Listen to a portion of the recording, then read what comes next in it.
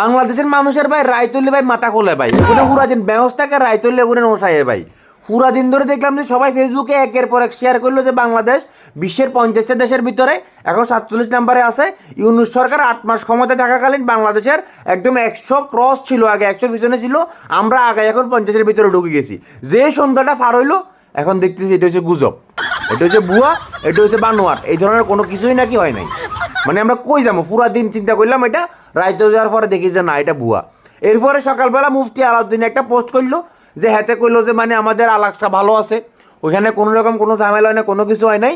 সন্ধ্যার পরে এখন দেখি যে পাবলিকে বলতেছে এটা নাকি আর আলাক্সাই না, এটা অন্য কোনো একটা মসজিদ বলে।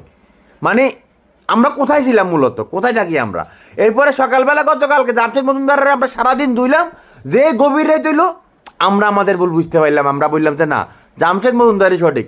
ভাইয়া এই দেশের বাঙালির লগে ডিল করতে হইলে ভাইয়া রাইতে ডিল করতে হইব, দিনে ডিল করবা মানে তুই ধরা খাইবা, সোজা কথা, ঠিক আছে।